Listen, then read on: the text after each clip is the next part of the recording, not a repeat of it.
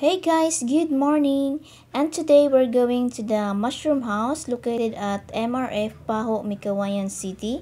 And this is initiated to our beloved Mayor, Honorable Lenabel Ruth Villarica, as a livelihood program of the Women's Organization of the City of Mikawayan and under the Agriculture Department.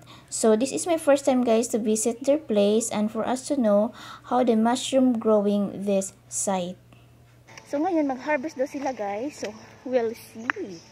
And before anything else, don't forget to like and subscribe para mas happy. Kaya welcome to Shy Chris Vlog.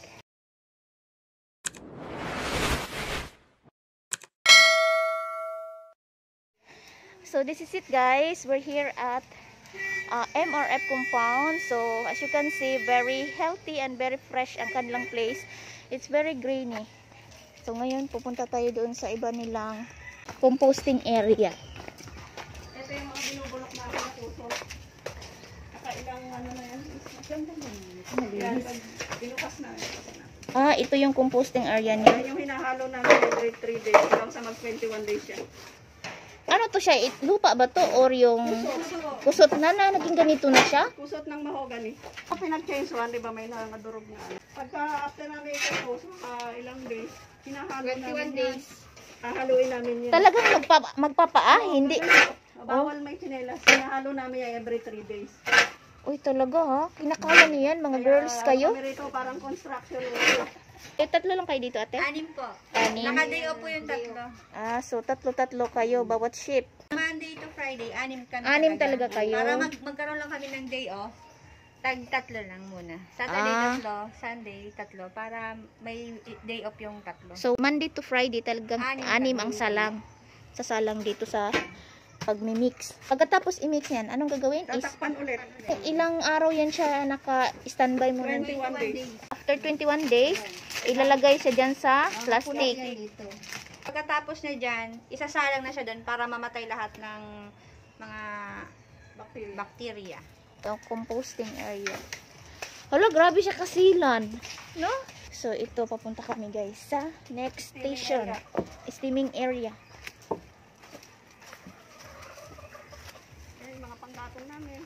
Uy, daming panggatong no. So, ito na guys yung steaming area. So, as you can see, mayroon silang 3 drum kung saan dyan ilalagay ang mga fruiting bags at tatakpan. So, steam ng 8 to 10 hours. Galing dito, doon na yan dinadala. Sa malamig. Palamigin namin ng isang araw. Halimbawa, inango namin ng umaga. Kinabukasan, lalagyan na namin ng seed. So, ano yung procedure ate? From composting ng 21 days. Then, Tapos, after nun, ibabaging. and then, Pagkabaging is steam ng 8 to 10 hours. grabe ang tagal no? So, makakaabang kayo dito habang nag-steam yan. May bantay dito. May bantay Yung po iba siya. nagdidilig doon. Kasi every 2 hours, nilidiligan namin yung dinding at saka yung sahig ng mushroom greenhouse. Pagkatapos ng steam, Pinapalamig namin ng 1 day doon sa ano. and then, Alagyan na namin ng binhi. lagyan ng binhi. Pagkatapos ng lagay ng binhi, Maghihintay na naman ng 1 month. bago siya Fully ramified. After 1 month, pwede na namin siyang iakyat sa mushroom house. ibitay doon sa ano. Bitay. Punta tayo sa incubation naman. Halang, ang ano pala no, ang daming procedure.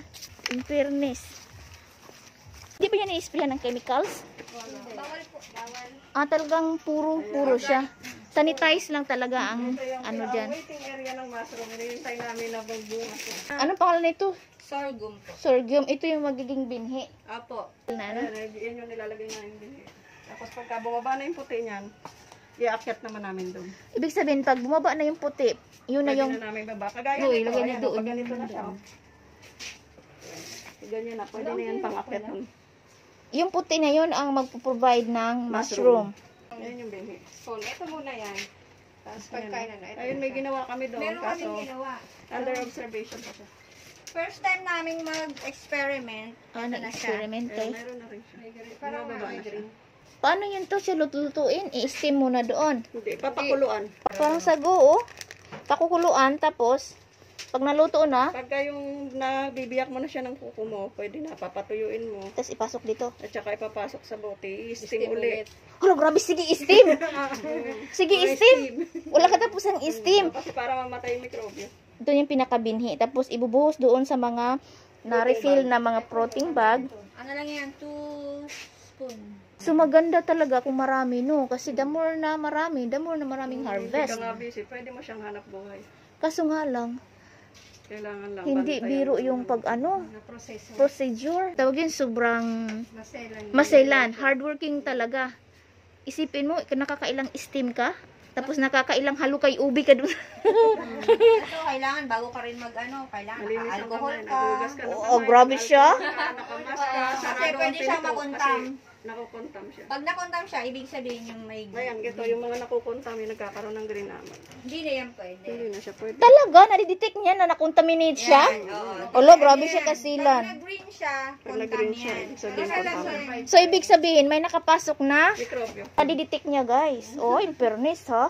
So, malalaman mo na may nakapasok na, hindi naka-disinfected yung katawan kasi doon siya magre-reflect. Ito yung mag-release na, ay, may virus ka, girl. Pero sa 100% na gawa namin, may isa lang or naman, dalawa lang naman. Ang makontaminate. Oh, the rest, healthy naman. Healthy naman siya, kaya- Lahat siya. So, kumbaga, hindi siya magbubunga kapag na-contaminate siya. So, kailangan talaga be careful kasi sayang yung pagod. Sayang. Tama. Yung pagbantay sa apoy, 8 to 10 hours. Sayang yung pagod. Sayang. Tapos, after ng ilang days, sa paghihintay ng ganyan, na-contaminate lang pala. Kaya, So, ilang araw nga yun dyan? 1 month. Oh, Diyos ko, isang buwan ka na maghihintay dyan, tapos, contaminate pala lahat. Pagkatapos namin doon, may naka-ready agad na Pang-compose ulit. naka-compose ulit. Ah, Para para dire-diretso dire-diretso, kumbaga. Aakyat kami, may waiting, may, may inaani naani, na. Para walang tigil yung harvest. So, kumbaga, walang tigil ang pasok ng pera. Kailangan maging productive every day. everyday kailangan may ani ka. So, dito sa incubation area, bawal ang madumi. Kailangan Kailangan, hindi naligo. yes, perfect sanitary dito, guys. Bawal din ang walang toothbrush.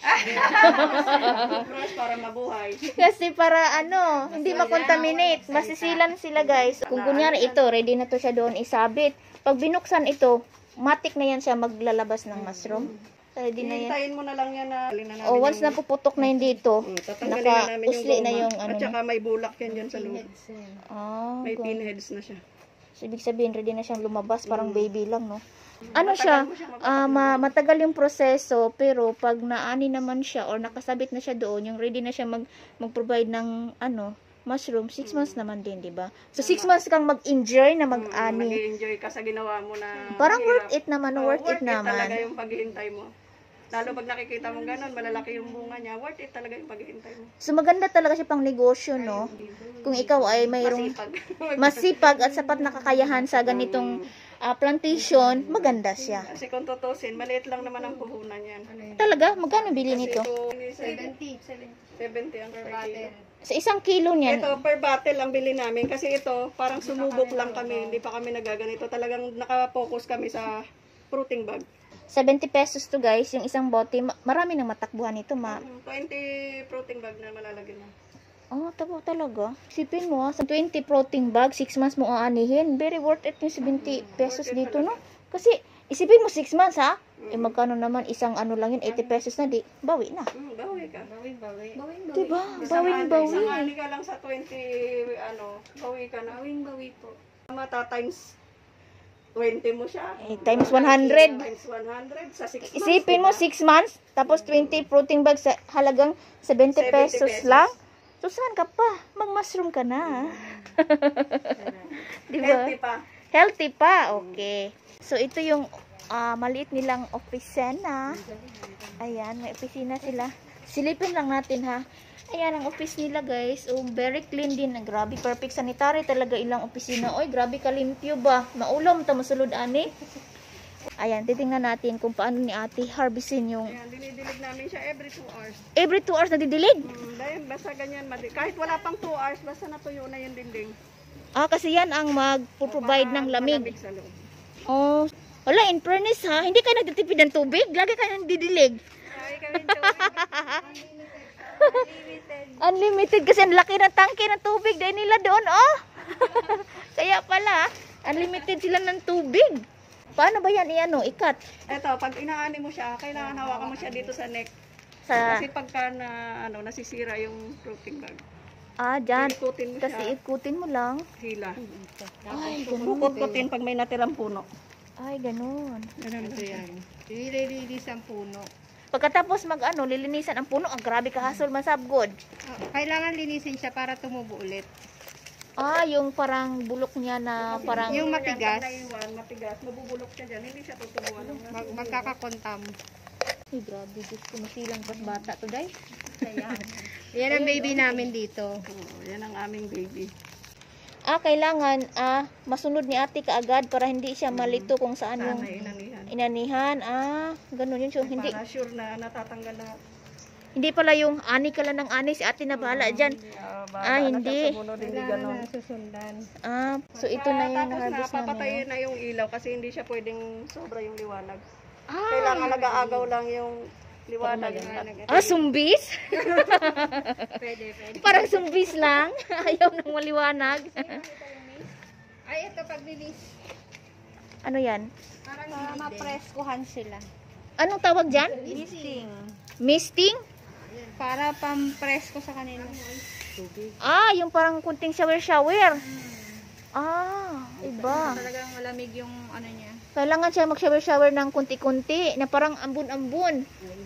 So yan ang tinatawag na misting. Aside doon sa pagdidilig-dilig sa labas, ito din sa loob, kailangan siyang diligan. Kahit ni-spray din yan bawat likod. Yung malamig na tubig. Cold shock naman tawag. Cold shock?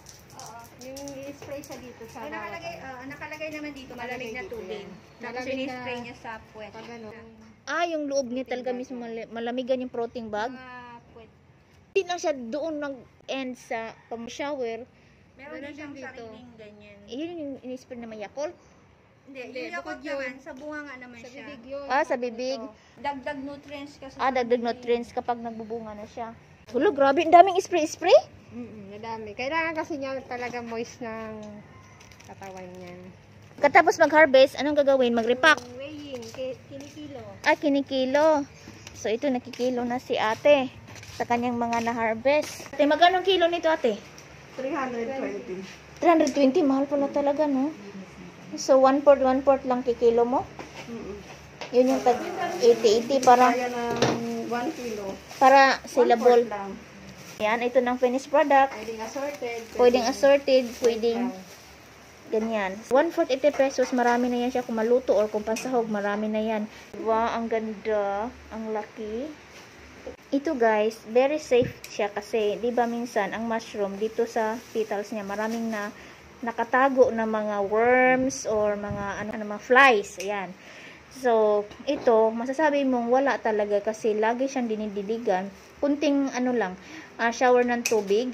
Kasi pangit din naman na maraming tubig, kailangan mo siya i-drain bago ka magluto kasi ang tubig masasama. So, kailangan yung purong katas lang niya talaga.